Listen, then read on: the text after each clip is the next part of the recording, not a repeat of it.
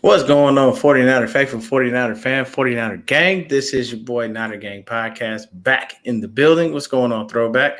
So definitely hit that like button, hit that subscribe button, turn on the post notifications so I can keep you up to date on any and everything San Francisco 49ers. With that being said, let's get right on into it, man. So tonight I will not be solo dolo, man. I'm bringing on a guest. This young man had me on his show before. He reached out. I am definitely returning the favor, and not just because I need to return the favor, because I actually like the guy. I love his content. He's actually one of the people that does it big. A guy that I follow and that I admire, and he makes sure to keep interacting in his comments. The people that he brings on, he'll bring on anybody. He brings on opposing teams people. If you're in his chat, he treats you very fairly. But don't get it twisted. If you bring the smoke, he will bring the smoke right back at you.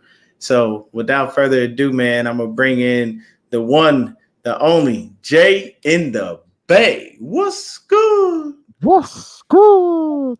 Appreciate you for having me on tonight, Dion, man. Hopefully all is well, but appreciate the kind words too, man. Appreciate it, man. Of course, man. Nothing but love over here, man. We got to support each other. Ain't nobody else going to support us outside of the people subscribe. So we got to make sure we keep it tight in the Niner community, and we all know what it is. Absolutely. We all faithful here, man. So, how you been, man? How these holidays been for you?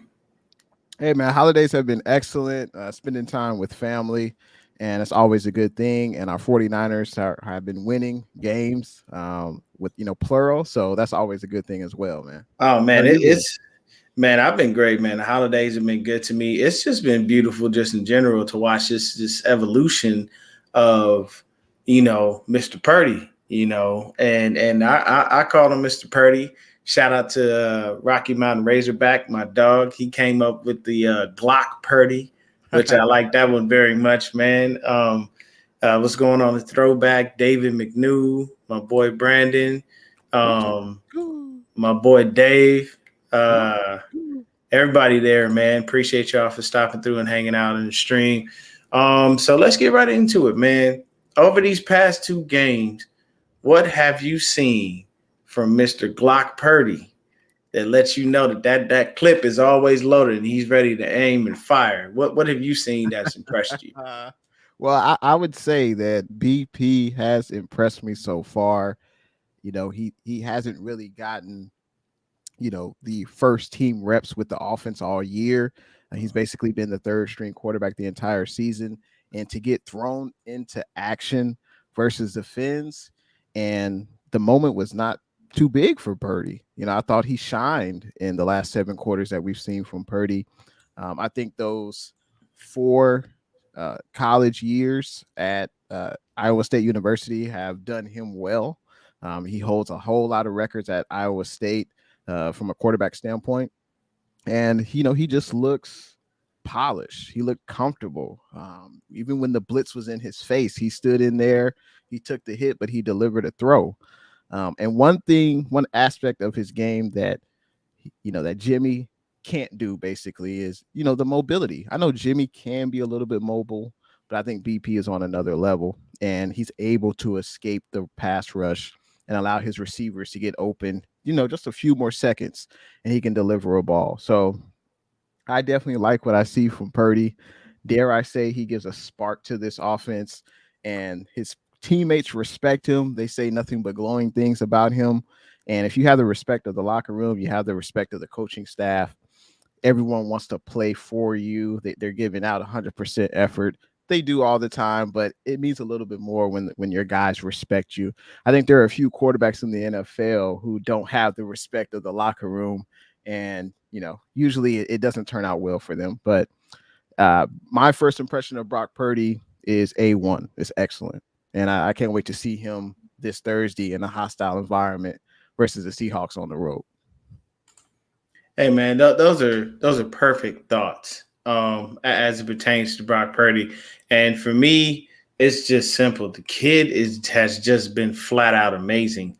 Coming off the bench, no reps with the ones, came in for Jim, pretty much played that for that. So I give him 2 starts. Yeah. Honestly, I don't give him 1 because Jimmy barely played in that game. Yeah, just 1 series for Jimmy. Yeah, and And here's the crazy thing. This is the second time Jimmy done got hurt trying to be somebody he's not.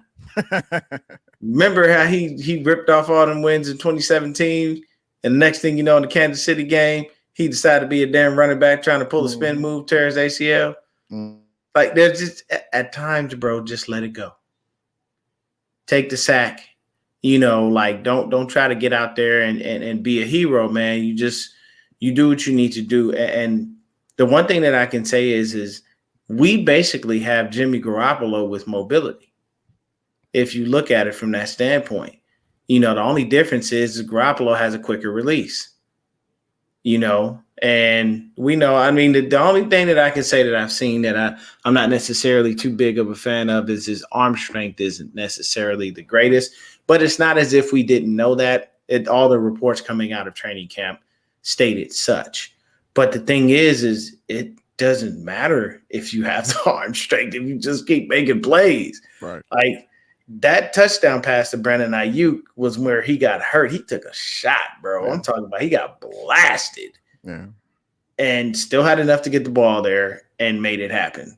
And he finished the game with some very average stats, but what he did was well above average.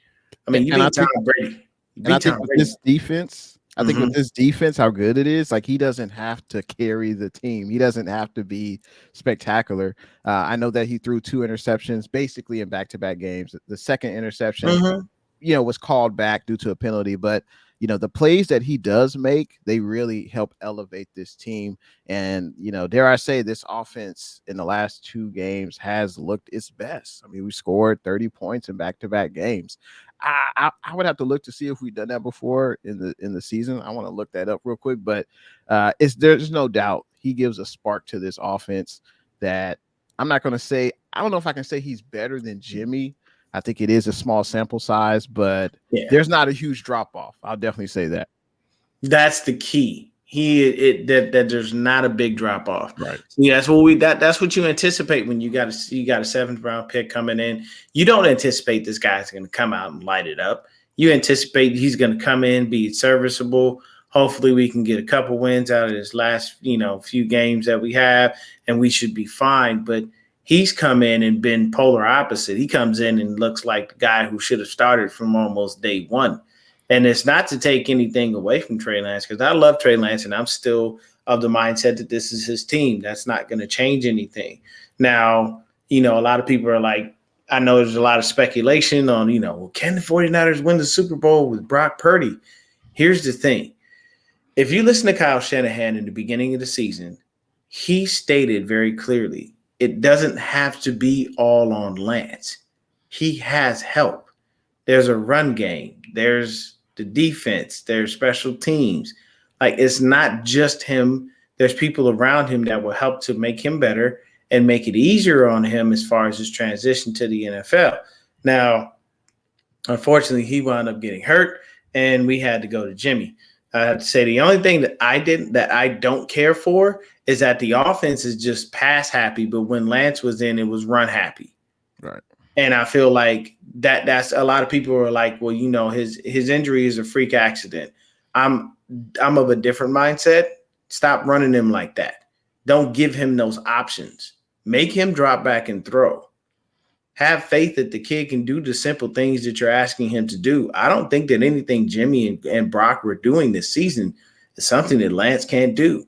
And at the same time, at least you make Danny Gray relevant, because right now he's irrelevant, because Danny Gray knows one thing: take the top off. But who about to throw the ball? It wasn't Jimmy, and it damn sure ain't Brock. We love Purdy, but I'm sorry, I don't know if he's got an arm to be able to get to throw an 80-yard bomb. That doesn't. I don't know if that's in his wheelhouse. But either way, I like what I saw from the kid. Yeah. I would add that seeing Shanahan coach Purdy, it seems like Shanahan trusts Purdy a lot more than he trusts Lance. And it's interesting because he's seen both players throughout minicamp, training camp, preseason. And I mean, obviously, I would love to think that the NFL is meritocracy, right? But Lance is a 1st round draft pick, right? We traded up 3 picks to get him. next training camp, like if we thought it was a quarterback controversy this past training camp with bringing back Jimmy G, man, this next training camp with Trey Lance and Brock Purdy going against each other, that's going to be very intriguing. But from what I've seen, and you illustrated that as well, is that hey, Trey was used. He ran the ball a lot, and I think that's because Shanahan didn't trust him for whatever reason, from whatever what he saw in training camp and preseason. He didn't feel like Trey Lance could make the reads or deliver the ball accurately. And with Purdy, he definitely trusts Purdy more. And let's be real, Purdy doesn't have the same gifts that Lance has. So I think you couldn't really use Purdy in the same fashion that you use Lance. But even at the end of the first half in Sunday's game, like, Shanahan called up a play. That was I think that was the Ayuk touchdown right before the end of the first half. Shanahan trusted Purdy to be aggressive in that moment. And Shanahan has shown that with Jimmy a little bit, but it's interesting that, Purdy, a rookie, Mr. Irrelevant, Shanahan trusts him in that situation. So that's telling for me.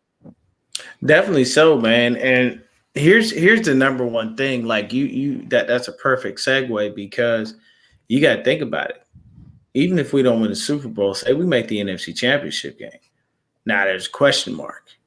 People look and go, this kid took you to the NFC Championship game. Somebody explain to me why Lance is on the field?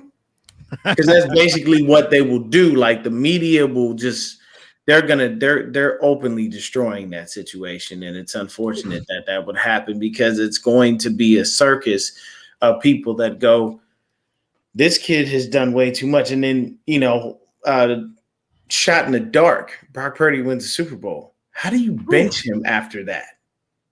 How do you tell him thanks, but go sit down?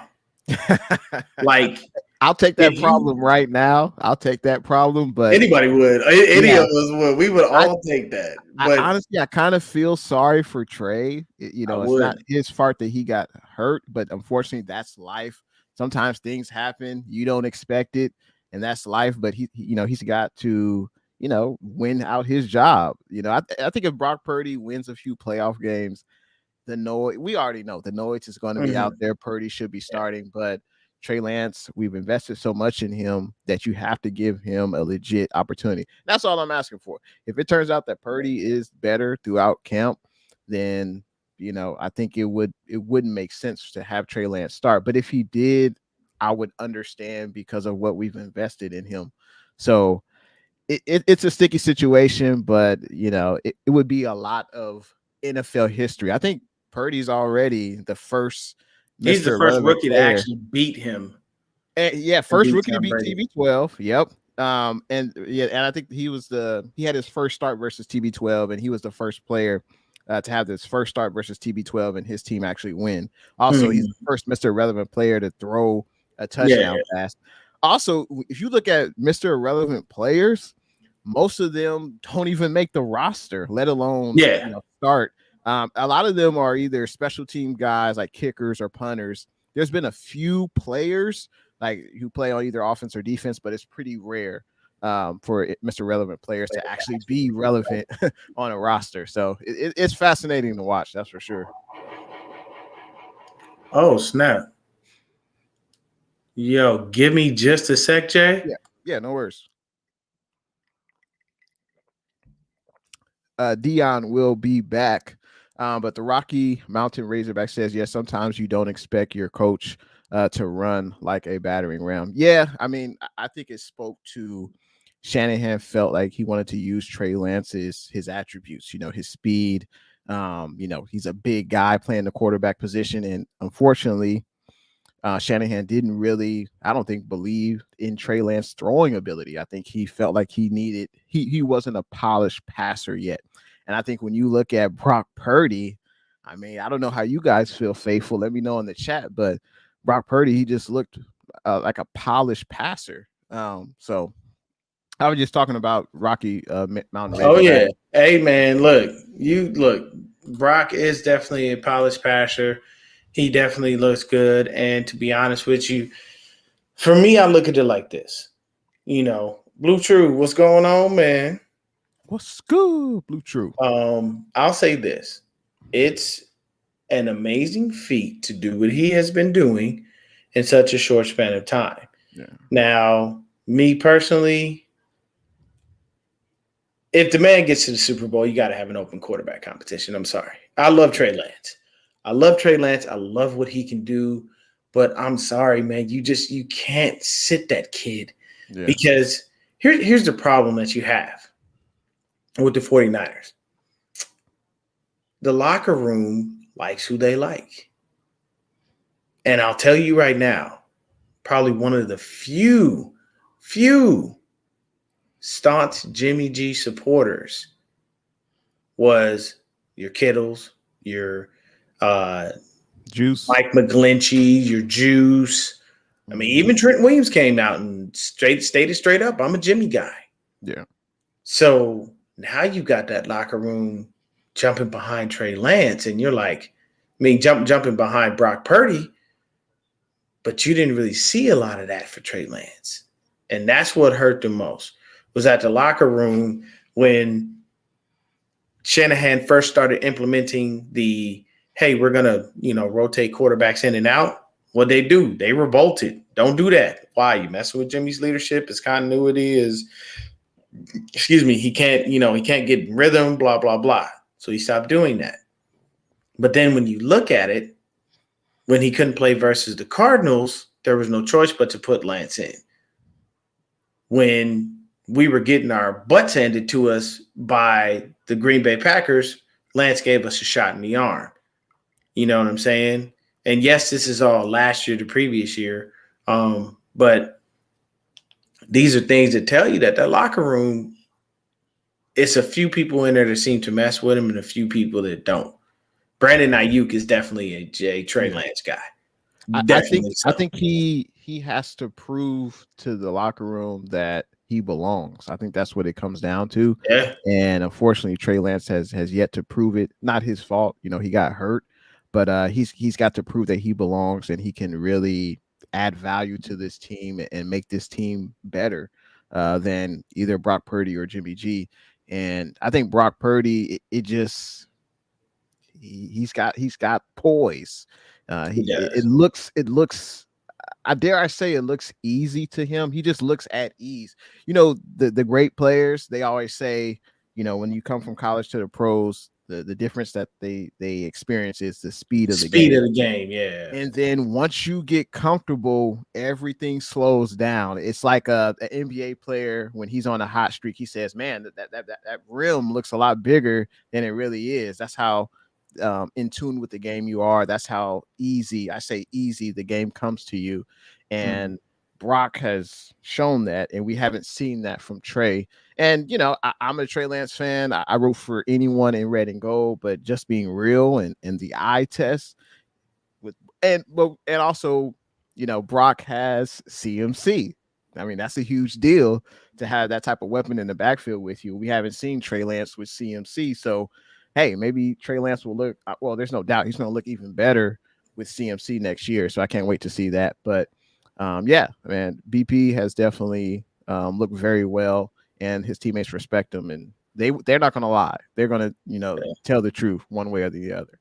Facts. So let's talk about this defense, man, because let's go back a little bit. The last game we got our ass handed to us was versus Kansas City. They beat us 44-23. We had a couple people injured. We just didn't look good in that game.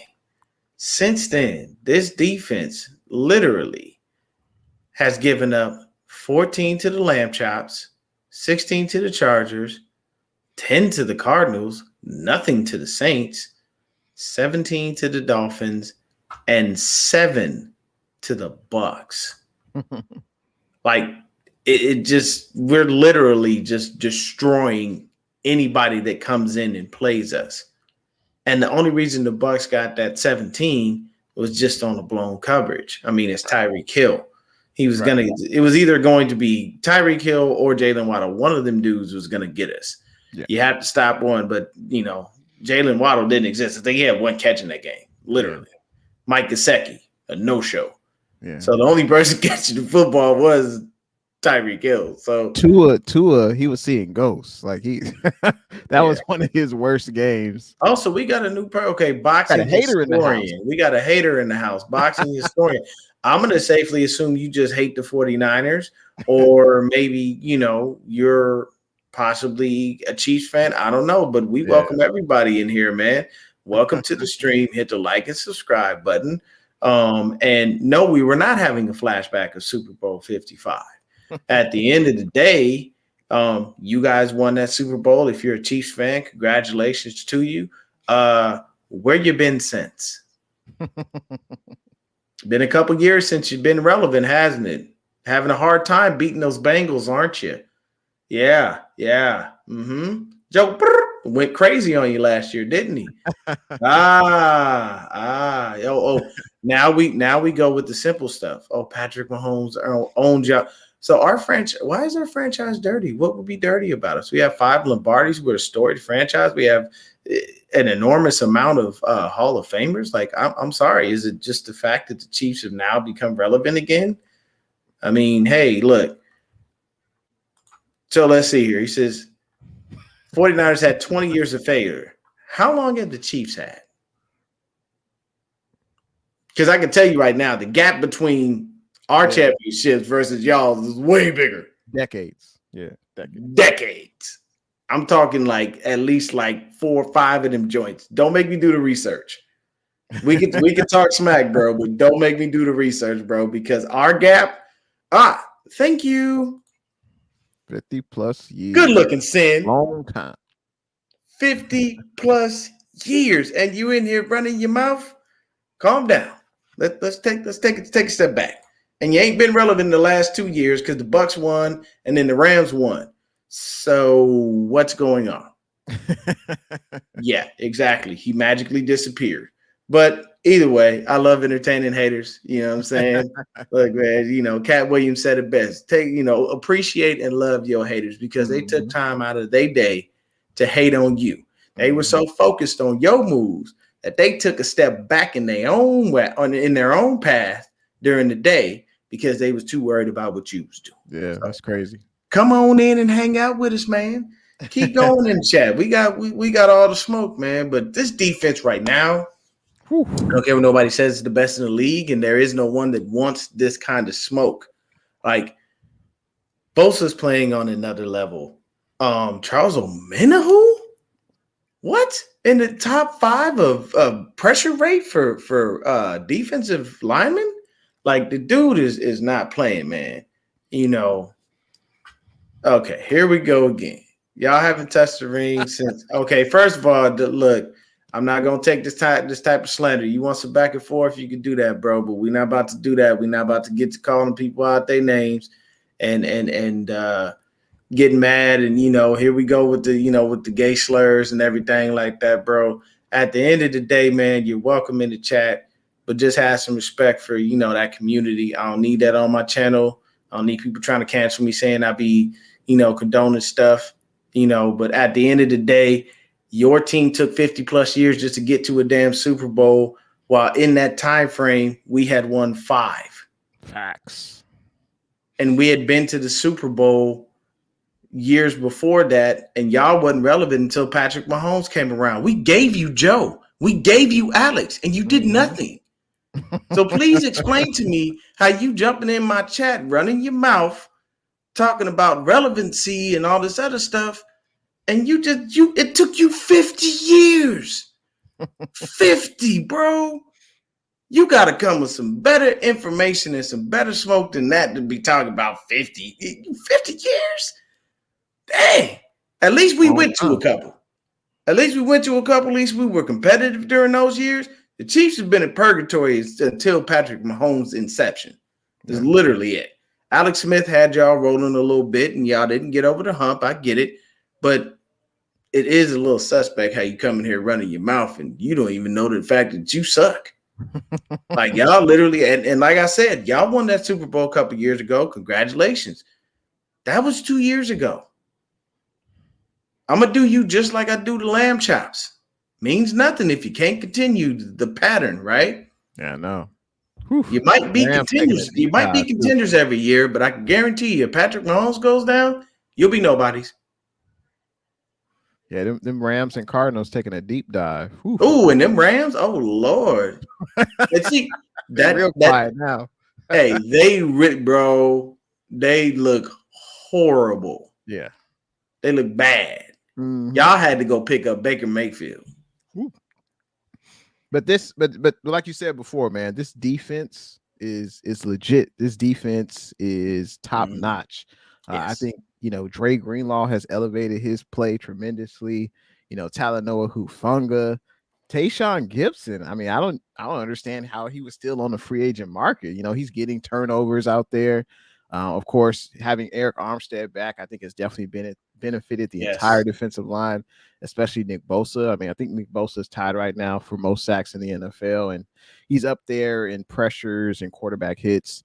But yeah, I mean, this defense was definitely carrying the team for a lot of the season, and maybe this offense with BP under center, maybe we can, consistently score 30 points a game. And I did look at the schedule. We have scored 30 points in a game before with Jimmy, but this is the first time all season we've done it in consecutive games. So, hopefully this offense can carry a little bit. And I think with CMC there, I think definitely we'll be able to hit that 30-point mark. But yeah, I mean, I think this is the best defense we've seen under Kyle Shanahan. I mean, picking up Mooney Ward in the offseason, that was, a great, free agency acquisition. From the Chiefs, by the way. Thank you. From the Chiefs. It sucked that Mosley got hurt, but I think Demo Lenore has stepped up and he's playing well.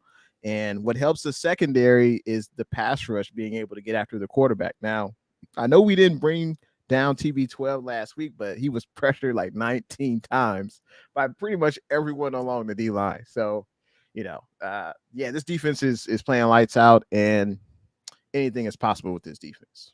Hey man, I can tell you this. It's insane how this dude, I ain't never seen somebody cry so much. He's talking to the refs after every damn play. It's like, TB12. Yeah. Come on, man. Look, as long as you've been in this league, you're not about to cry and get every dang call. We know you get a few because of who you are and what you've done. But hey, TB12, he wasn't the same after he got choked by Aziz. He wasn't the same. He was upset. He said it. He was really upset about that one, man. He was not playing. And I mean, hey, look, the ultimate disrespect is Dre Greenlaw walking up and asking for him to sign that football. Like, how do you do that? I beat the brakes off of you. Yeah. I made you look bad. Like, I had you in that moment like it was versus the Steelers. I think it was the Steelers or somebody, but I know he was on the sideline screaming his head up. I didn't leave my wife and my kids to lose to. I think it was Kenny fucking Pickett. I think it's what he said, something like that, or whoever the rookie was that he was playing and they were losing. I don't know, but this defense has just been stellar. Nick Bosa on another level, Omenahu on another level. All the consistent rotation just due to injuries and whatnot, we've still been able to maintain that consistent push up the gut. Does hurt that we lost Debo for a bit and Kevin Givens and Kerry Hyder. It's like the injury bug seems to get us every year, but we seem to continue to keep going and keep moving. So for me, the defense has been stellar. I love to pick up Mooney Ward. Demo's look great this year.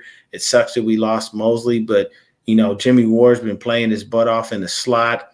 Sam Womack is a welcome surprise for all of us. He's great special teams, and I think once they actually give him full playing time, he'll be able to get out there and show us who he really is. It just Tashawn Gibson and Huff in the back, like we just don't have weak points, right? Unless guys wind up getting injured, unfortunately. And I know within the next 1 to 2 weeks, they say that Kinlaw's supposed to possibly come back. To touch on him really quick, I've lost all faith. I'm sorry. Some players, man, you love the potential, but that's all you can really care. You can really love. It's just the potential because you'll never see anything because they're not on the field enough. Right. The 1 year that we had Jason Verrett on the field was the COVID year, and that didn't make a difference. He's the only person who decided to stay healthy in a year where it didn't matter. If he could have stayed healthy this year, that would have been fantastic. Because I can tell you right now, if you had Emmanuel Mosley and put him in the slot, and you put Jason Verrett and Mooney on the outside, and the team is going to don't throw the ball. Yeah. Just don't. Try to run. That's going to fail too, but I mean, you're probably going to get luckier with that. You know, you can find an open gap. Somebody might get away with a hold, something. But if you throw against those three dudes, they're all looking to pick the ball off or knock it down, or it's going to be so tight of coverage it hurts. Yeah, I think Kinlaw is very unfortunate. I don't blame Kinlaw though. I mean, it's his body that basically it is out on him. And the 49ers knew that he had chronic knee issues, and we still decided to draft him in the first round. I know we wanted to replace DeForest Buckner, but that pick is not working out right now. You know, he had his arguably his best offseason this offseason. You know, he came in camp best shape, but it's just, his body just can't take the rigors of the NFL. But another rookie, Drake Jackson, I mean, he's doing pretty well. I know he's getting limited snaps, but he's made a few big plays in the last few games. Just most batted balls of any defensive lineman in the league with limited playing time. People, right. That's limited. Dope. That's dope. And we got to give props to DeMeco Ryans. This will probably be his last year with the 49ers as a D coordinator. I mean, he's definitely, due for an NFL head coaching job, and it's glad to see. And we've seen that Kyle Shanahan can develop a coaching staff. There's been several guys who've been elevated up to a head coach position, McDaniels, Saleh. So, hey, maybe DeMeco Ryans will be next, and then, hey, we'll get some. I think we get 2-3 third round draft picks as well. If that happens. So and now the word is, if DeMeco goes, there's been an ex 49er defensive coordinator kind of lingering around the stadium, Mr. Vic Fangio. I am not opposed to going back to a 3-4. I love the 3-4. Do you want to see Bosa as an outside linebacker? I don't want to see that. I just want to see him. I can tell you this. I imagine Bosa in his same spot. Okay. Keep him as a DN. What we need for that 3-4 to work is that hog in the middle. Right. We need a Casey Hayward. We don't have that hog on the squad. We don't. See, and we need another Alden Smith. Who's going to be that edge rusher opposite of Bosa? I mean, Drake Jackson. I know he played at SC at the linebacker kind of DN spot, but I don't know. I feel like if it ain't broke, don't fix it, man. Like maybe put your. I know you want to put your touch on the defense, right? Maybe you have certain packages that are 3-4, but it's like we've seen this defense be successful as a 4-3 or as a nickel, whatever. And obviously, he'll still use nickel, dime, quarter packages, but I just don't think we have the squad right now for a 3-4. It's just kind of hard to see. I mean, Armstead, I think he'll be a solid DN in a 3-4, but I don't know. I just feel like if it ain't broke, don't fix it. So, and I can completely understand your sentiments. Here's my thing. You find a big hog in the middle to be that nose tackle, to be that guy that's going to get up there. You put Nick on the outside, you put Drake on the other side, and all you're going to have to do is find that fourth linebacker. Right. I'm sorry, Demetrius Flanagan-Fowles is not the fourth linebacker. It's not going to happen, people. He ain't it. Curtis Robinson ain't the guy. Like, we need a dude that knows how to rush the passer that's a dope edge rusher, because we already have 3 out of the 4. Yeah. So it can work. But for me, I do like the fact that Fangio is hanging around, because Chris Kasarik has made it very clear he does not want to be a defensive coordinator. He loves coaching the D-line. Right. And plus, with what he does with the talent that we bring in, even if we bring back guys that he knew, I want him to stay right where he is, because our coaching staff gets poached every single year. So this is another question. Can we make it to the Super Bowl with Purdy as our quarterback? Inquiring minds want to know. I mean, with this defense, it's hard to say no. We obviously did not look our best against KC, but obviously we're going to be playing that type of talent in the playoffs. I think, yep, he's right. Samson played linebacker, and Samson is a free agent this offseason, so it'll be interesting if we bring him back. But I don't think a rookie has ever won a Super Bowl. I think Big I Ben don't went. think I so. think in his second His year. second year, Russ yeah. went in. I think Russ went in his first or second year, something like that. Russell Wilson, or maybe it was the second or third. It was one of those. But haven't really seen it happen before. But you look at guys like Trent Dilfer, Brad Johnson. No, they weren't rookies, but they weren't asked to do much.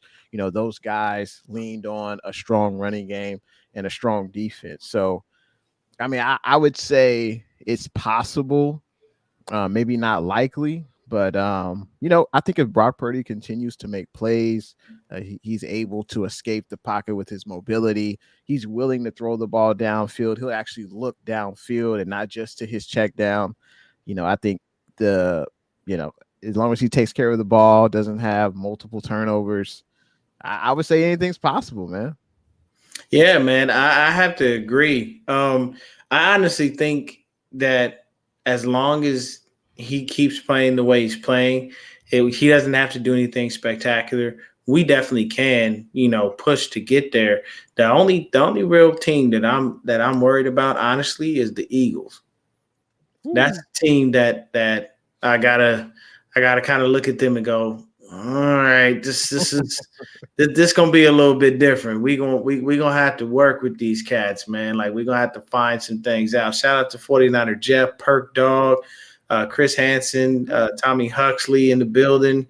My boy Matt. Matt, I have a guest tonight, man. If it's just me, I usually would throw the link in the chat, but when I have a guest, I reserve the time specifically for them. So next time I go and it's just me, gladly throw the link in the chat, allow anybody to speak their mind. But I honestly think we can make it with Purdy. I think that the kid has some things that we've never seen from a seventh round pick. And honestly, if I'm Tom Brady, I give that kid words of encouragement. I would tell him straight up, hey man, keep doing what you're doing. Look at me, 7th ring, 6th round.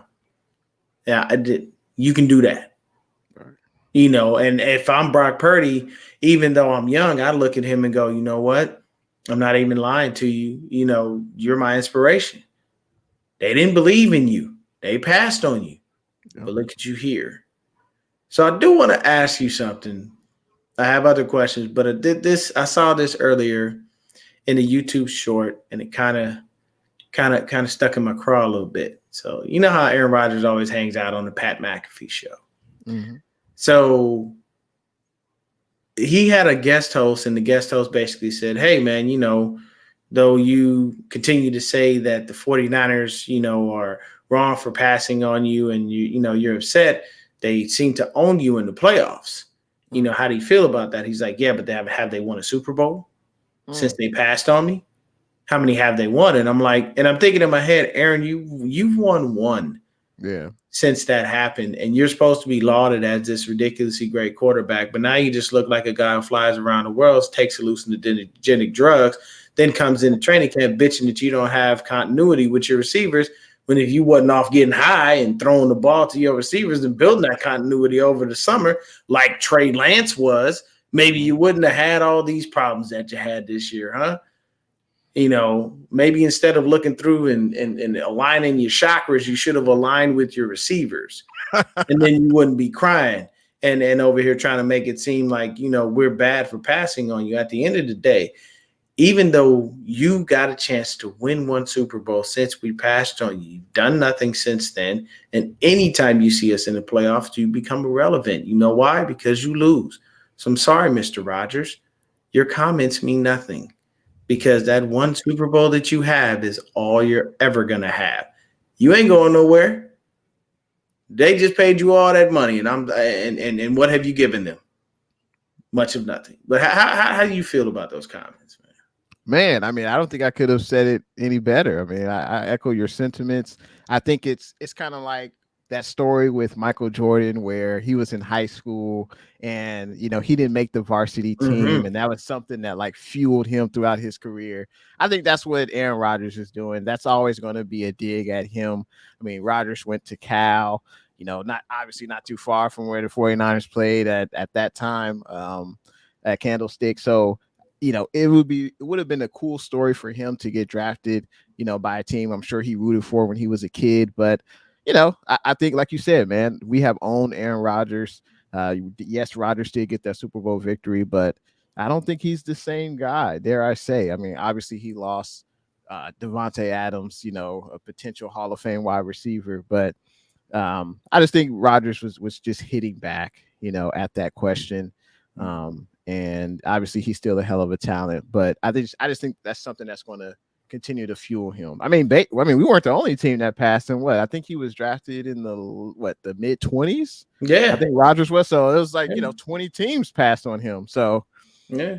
but Well, yeah, he was mad because we basically the long story short, the situation with Rodgers, the reason why he's really pissed off is because we courted him and Alex Smith, and we went with Alex Smith.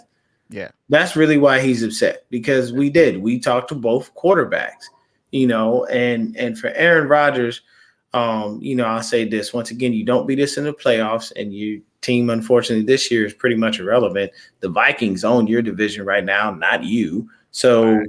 you're on the outside looking in for the playoffs too, buddy. So all the crap you can talk means nothing if you're not backing it up in the playoffs and winning the Super Bowl either. So while we haven't won one, you ain't done much of nothing since you got that last ring, did you? Yeah. No, Shout exactly. out to St. John Bosco High School for the state championship. Oh, Shout out wow. to my boy Jeff, and shout out to my little cousin. He's on that team. So Nice. congratulations to them for that. Congrats. This one is a good question, and I wanted to ask you specifically this question because you have more of an unbiased opinion. I'm very biased when it comes to the Niners. I'm so passionate that I have my takes, and they are kind of what they are. Is Jimmy's time with the Niners officially over? That's funny. Great question, man. Great question. For those that have seen me before, I used to say Jimmy G. That's my quarterback. I used to be. I mean, I still am. I still am a Jimmy G fan throughout his faults and what he's done for this team. But I was saying last year, oh yeah, there's no way Jimmy's coming back. There's just no way. This is Trey Lance's team, and I still believe that. But we really don't know what's going to happen next year, obviously. But if I had to put a wager on it, I would say there's no way Jimmy's back due to the emergence of BP, and of course Trey Lance is already here. So I would say Jimmy G won't be back. I appreciate what he's done for this team, helping us be relevant. And I appreciate his time here, but unfortunately he wasn't good enough to get it done. But yeah, I think this is his last year. He's already taken his last snap as a 49er, and I wish him well in the future. See, that right there is the calmest response, and that's exactly the way that you're supposed to respond to that. I don't respond to it like that. I screw up all the time and I go left. But this is what I will say: if I'm Don Yee, I don't want Jimmy on the field no more. I don't want him touching the field. Right. I don't care if he gets fully healthy and he can go. Nope, don't even be a backup. Stay your ass out. You know why? Because I'm shopping you. I'm talking to the Panthers. I'm talking to the Colts. I'm talking to the Saints. I'm talking to the Texans. I'm in the background working right now to get this bag. Don't screw this up by getting back on that field and getting hurt again. Stay away from it.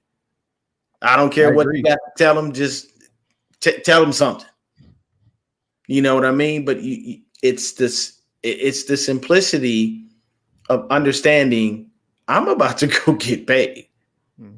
Because I can tell you right now, there's not a hotter quarterback on the market than Jimmy Garoppolo, period. And a lot of people, everybody knows me, and they know I am not a Jimmy Garoppolo fan. I feel that he can never do enough. Right. Because my biggest thing is I want a quarterback who, if my defense has a bad day, like we did versus the Chiefs, I need you to dig us out of that hole.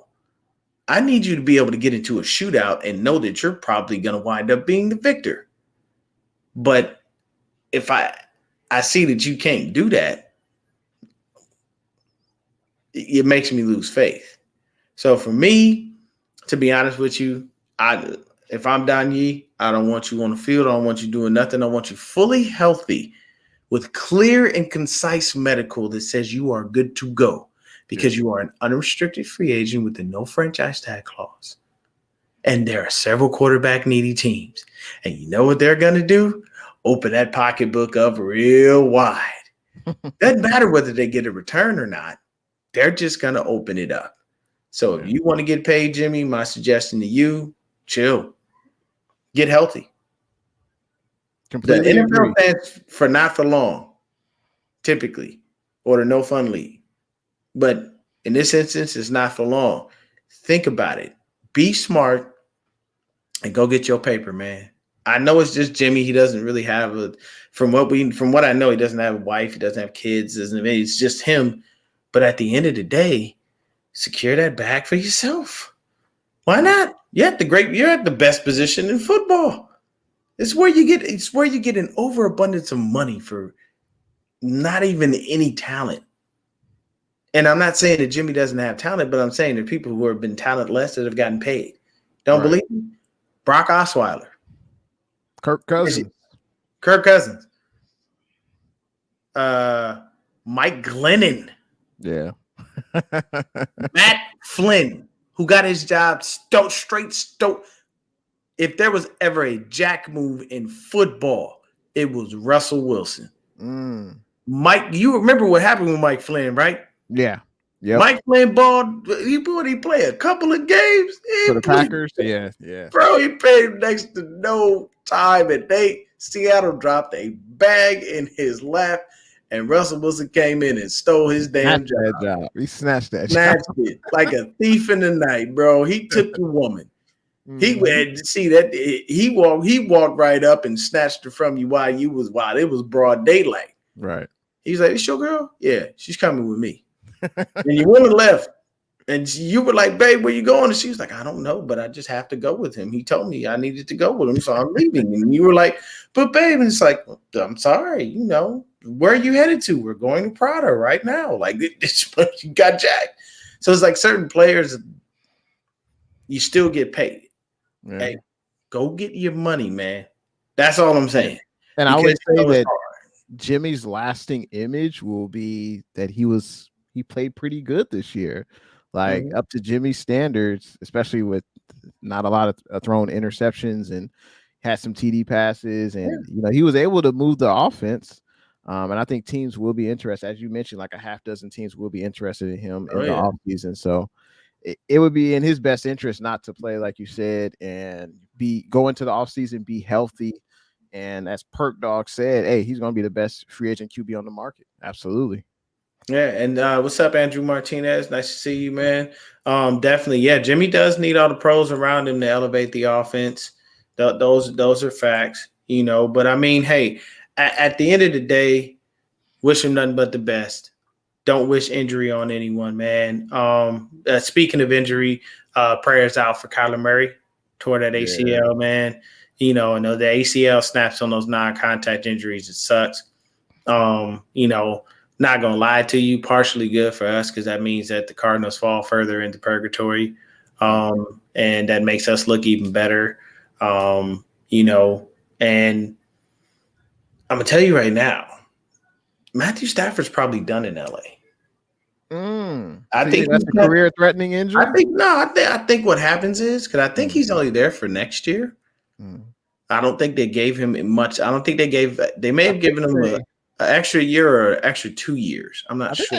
Didn't they sign him to an extension this They did give him an extension. I think it was like 2 years. I'd have to look it up on Spot Rack. I think you're doing that right now. I don't real quick.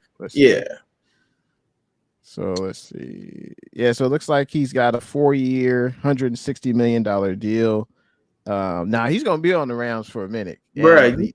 Why would you get – oh, God, the Rams is just – there are times where they look smart and times where they look real stupid. You look real. Why would you give Matthew Stafford 4 extra years? They was on that Super Bowl high, man. They was on that Super Bowl high.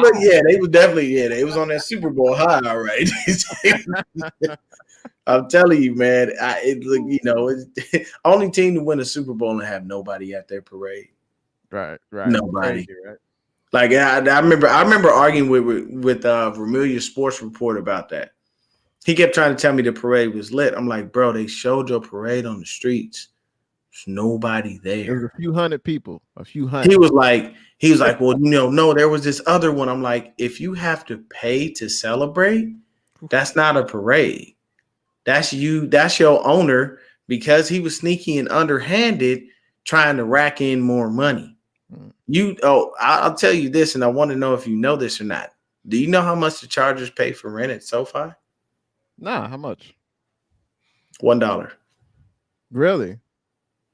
Because the Rams owner, because Mr. Kroenke tried to be slick and underhanded when they were building the stadium and do some things he wasn't supposed to do. Now the Chargers only pay $1. Wow, that's crazy. Like that's nothing. They could pay rent for the next 75 million years if they felt like it. Yeah. Drop it in one foul swoop. So, and I was trying to tell him, I'm like, bro, at the end of the day, I'm just going to say this. If the 49ers win the Super Bowl, there will be nowhere to move in California. Nowhere. That parade is going to stretch from Frisco to LA. Yeah, absolutely. There will be no space. Like they're going to have to literally travel hours upon all the way up to 5 to 10, whatever you want. They're going to have to travel up and down California. It'll be like the Dubs parade, but on steroids. I think there'll be even more people out there. Even more. Like we are that deep as fanhood. If people don't believe, look how we traveled in 29. We took over stadiums. Look what happened when we just went down to Mexico. Mm-hmm. Every time they said anything about the Cardinals, you heard boos. Yeah. Anything about us, you heard cheers. It's just that simple. So next question is, what problems do you see Seattle presenting to us on Thursday night? I mean, they got a pair of great wide receivers in DK Metcalf, Tyler Baldwin. They're on the way to getting Lockett. Yeah. Excuse me, Tyler You Lockett. were thinking Doug Baldwin. Yeah, that's Doug Baldwin. I always make that mistake. I remember Doug. Doug was nice. Doug was nice. Too bad the injuries got him. Nice. Yeah, too bad the injuries got him. But yeah, DK Metcalf, Tyler Lockett, they're on their way to having 1,000-yard receiving seasons. And Geno Smith. I mean, who is this? I mean, where was this Geno Smith with the New York Jets? Right. Yeah.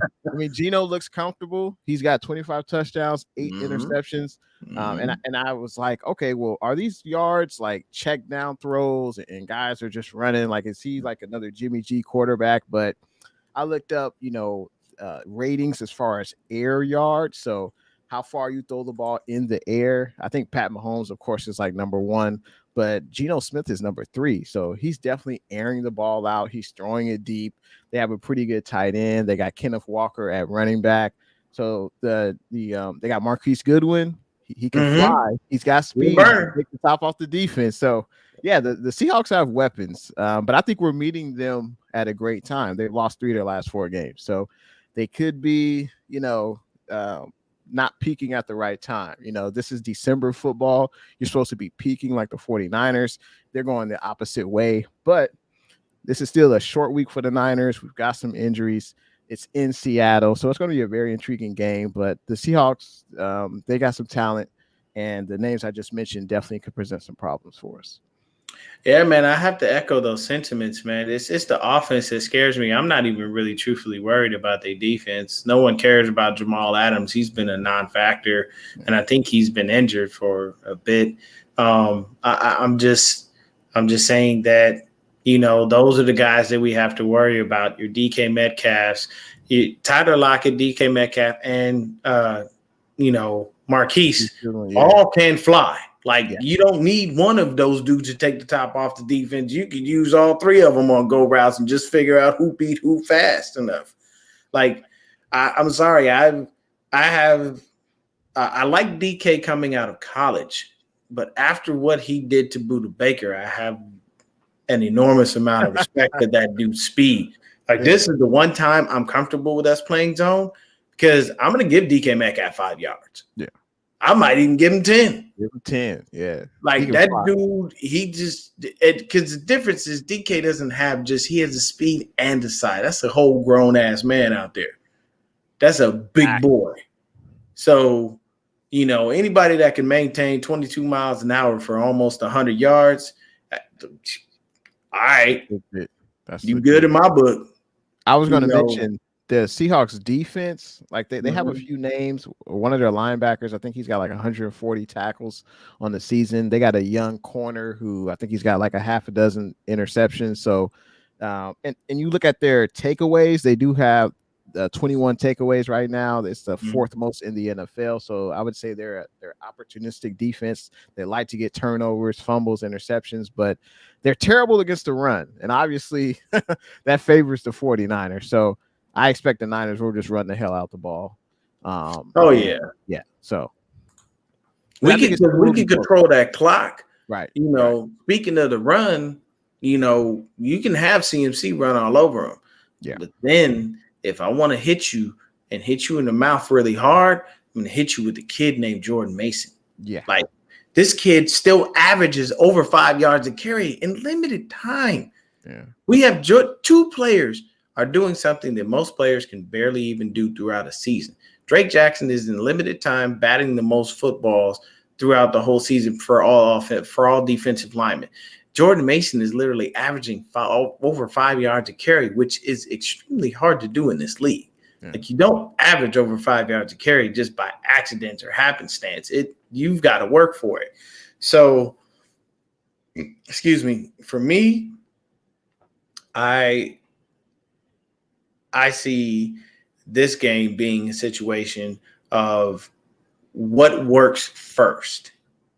If the run is established and it's going, we're probably going to stick with that. Not going to ask Purdy to throw a lot. But if the pass gets going and the run isn't, then we'll be, either way we can, dominate the defense of the Seattle Seahawks. For me personally, I see us winning. And that's the division. The minute we take that, and that to me says, okay, makes life easier. If we win on Thursday, we have no reason to rush Debo back. Take your time, relax. We got the division. If we scrape off a couple more wins, or even if we possibly take a L in one of these, it's not a big deal. Don't worry about it. We got the division. Right. So at the end of the day, the only thing we're fighting for at this point is going to be seeding. Like that's what we have to fight for. If the rest of the games, if we can pull this off on Thursday night, which I do believe we do. Do you think that we win on Thursday? Yeah, absolutely. Absolutely. I think we can definitely win in Seattle. I know Brock Purdy is 50-50 to play. Obviously, I think we have a better chance if he's in there. All respect to Josh Johnson, but I think Purdy right now is probably the better quarterback. Dare I say? But yeah, I just think we got to run the ball. We saw what CMC and Jordan Mason as a unit can do, and I think we'll continue to do that. I like what James said. I think we need to continue giving Mason more carries. I think he's averaged double-digit carries the last 2 games. I think that needs to continue to go up. Give him 15, 17 carries. Let's not run CMC, into the ground. Let's use him sparingly in the run game, or at least run him outside. And then obviously utilize his skills as a receiver, out of the backfield. So, and I think on defense, one of our keys definitely have to not allow the big play over the top. Don't let DK get behind you. Don't let Lockett get behind you. And keep everything in front. And that's something that this 49ers defense has done well. Like they'll allow some yards, they'll allow some first downs, but they're keeping everything in front. They're coming up. They're making tackles. Now, I have seen the last 2 games there have been some blown coverages, like Tyreek Hill, and I think there was one with Mike Evans. And that was Huff. Yeah. So sometimes, that's the thing about Huff. Like I love his tenacity. I love how he wants to make a play, and sometimes he'll disregard his responsibility to help out help out his teammate, or think that a play is going a certain way, so he'll break off his coverage and go attack. But sometimes that can bite you, and it kind of it hasn't really, because we've still won the games, but that's something that you need to be mindful of, and don't allow that big play, because you're not basically doing your job, right? So that is something we can't allow. As I mentioned before, Geno likes to air it out. He likes to throw deep. So that's something that Tashawn Gibson, Huff, Jimmy Ward, when he's back there, that's something that we definitely have to be mindful of. Yeah, man, and that was the number one thing. We need Huff to. Hey, if you're trying to make checks, stay out of the backfield. Yeah. Don't look back there. Stay in your zone because we need him to be there. Because if he was in that zone, Mike Evans doesn't catch that football. Right. You know what I mean? So it's like we once again I echo your sentiments. We appreciate his tenacity and we love what he does. Just got to be a little smarter about it. And he's growing. I mean, it's only his second year in the league. I'm not going to say that he's supposed to be perfect, but I mean, for the second year in the league, he looks pretty dang good to me. I'm not upset with that. Yeah. So the other question, do you still believe in Trey Lance? I would say this, that because Brock Purdy is playing well, I don't think less of Trey Lance. I just think he hasn't yet proven that he can be a starting quarterback in this league. He has the tools, but you got to be able to perform on the field, and your teammates have to believe in you and respect you. And I think they do to a certain extent, but it seems like this team with BP under center, it looks a little different. It looks a little bit more explosive. And yeah, I still believe in Trey. I think, honestly, no matter – I mean, if BP wins a Super Bowl, then it's like all bets are off, right? I think BP would kind of go in as the starter. And I said earlier, it kind of sucks for Trey, but that's life. Sometimes things just don't go your way. Sometimes, a different scenery will help you as a player. I'm not saying we should trade Trey or nothing like that, but, I would take that problem. I would take that problem right now. If BP gets us to the NFC Championship game or he wins a few playoff games, then I think a legit quarterback competition is warranted. But I don't believe less than Trey. I would just say I hold Brock, to a little bit of higher. A little bit higher. So you know what? I agree with that. I like exactly what you stated. Your sentiments are spot on about that. And we got to get up out of here, man, because it's been a little bit over an hour. But I'm going to ask you for your X factor on offense and defense. Offense it's got to be CMC. What he does in this running game, what he does in the receiving game. Since we traded for him, I know it was a ton of draft capital. I was a little leery at first. We're trading all this draft capital for a running back that, we've seen Shanahan have success with running backs in day 2 and day 3 of the draft. But I just want to read off a few stats. So since we traded for CMC, I should say this. Before we traded for CMC, we were scoring about 20 points per game, 355 yards per game. Now, since we've traded for CMC, that average of points per game has gone up to 28.7. And the offensive yards production has gone up 369 yards. So, I mean, it's pretty good. I mean, I think with CMC, it's another weapon for this offense. We don't necessarily like to throw deep. Obviously, we're not utilizing Danny Gray. So I think CMC is perfect for the run game, the passing game, out of the backfield, those short intermediate routes, 10 to 15 yards from the line of scrimmage. I think CMC is just a mismatch nightmare. No one can really guard him on defense. So, yeah, I think my offensive X factor is no doubt CMC. Defensively, I could go a lot of different players here, but I'm going to go with Mooney Ward because he's going to be matched up on DK Metcalf or Tyler Lockett. That's going to be a huge matchup for him. And also, he is very good in the run game. Like he's not afraid to stick his nose in there and bring guys down to the ground. So I think obviously that's probably one of the best defensive free agency acquisitions under the Shanahan era. Obviously, Sherman was up there, but I think Mooney is better than Sherman. Like if we're talking about Sherman in the Niners, I think Mooney's better. If we're talking about Sherman with the Seahawks, obviously that's a different story. Yeah, that's a different story. But yeah, Mooney, I think, just and can you imagine where we would be without Mooney Ward? No Mooney Ward, no Mosley, no Verrett. Like, yeah, we would be bringing back Drake Kirkpatrick and Josh Norman. We don't want to see ain't nobody seen Drake Kirkpatrick since his solo was snatched by Eno Benjamin a couple years back. He been going, man. I remember so you remember the Avengers? I think it was Endgame.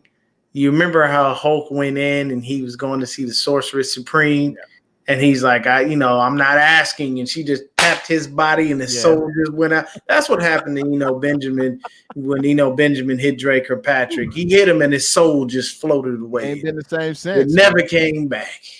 It was very unfortunate. For me, on offense, I'm going to say Brandon Ayuk. With Debo down, most of the targets will be headed his way. Oh, there we go. He got the Ayuk jersey on. With Debo down, that most of the targets will go his way, and I think that he's going to have a really big game. I'm on defense, man. I'm going to say Drake Jackson. Okay. Let him in, man. Let him on that field. There are two players on this team I want to see a lot of the field is Drake Jackson and Jordan Mason. I want you to punish the Seahawks with him, punish their defense, and punish Geno Smith by unleashing Drake Jackson on him. Like, just think about it like this. If I could have a healthy Javon Kinlaw. That's a big if, man. And, yeah, it's a very big if. Healthy Javon Kinlaw, healthy Eric Armstead, Nick Bosa, and Drake Jackson on the edge. Where as a quarterback, where are you going? Yeah. And don't let me do stunts and twists. That this is only going to make things worse because your linemen are not going to be fast enough and athletic enough to catch up with either one of them. Nick Bosa said in training camp, there's things he's doing I can't even do.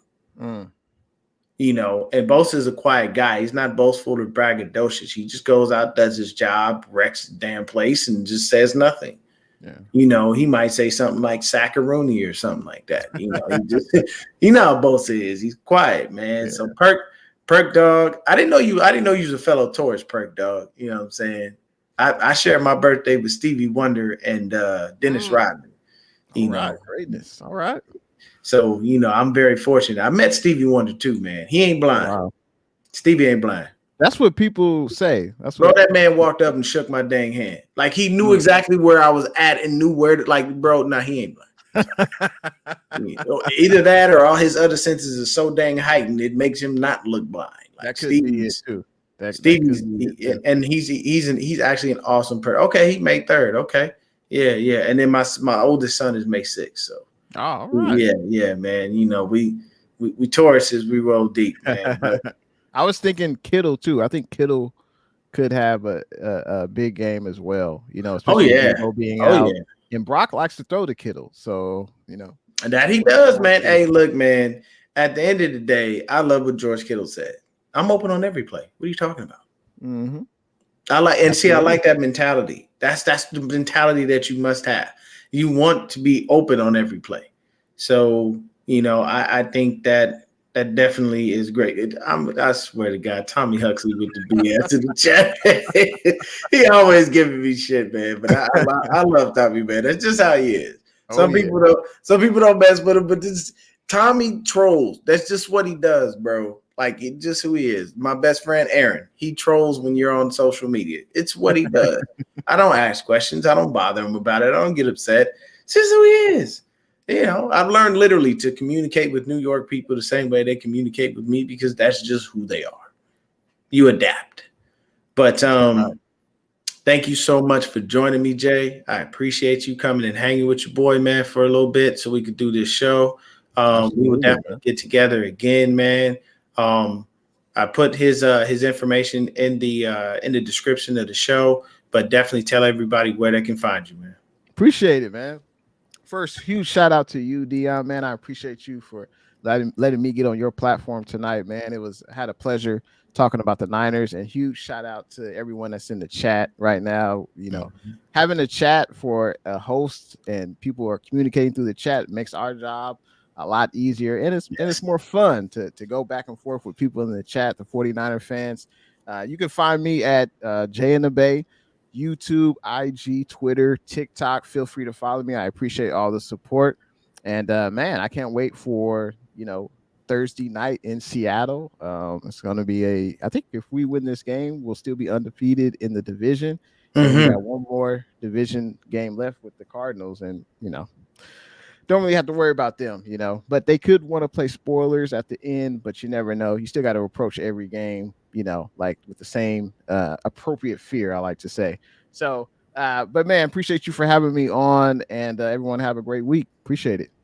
Hey, man. Hey, and with that being said, to be honest with you, depending on where we are and if the game really matters or not, yeah, we might see a bunch of backups in that That's game. true. Yeah, You know, especially if the Kyle. seating, Oh yeah, yeah. isn't up in the air. So If the seating is set and we right. already know where we are and what we're doing, you'll see a bunch of backups in that game. It Yeah. won't even I matter. think that would be the smart thing to do. Yeah, because we're not going to waste our time playing our starters and getting ourselves hurt. If that's the case, we're going to be smart about that. And Kyle is never shy about yanking a couple cats out the game to do what he needs to do. But to everybody in the chat, thank you so much for coming out and hanging with us.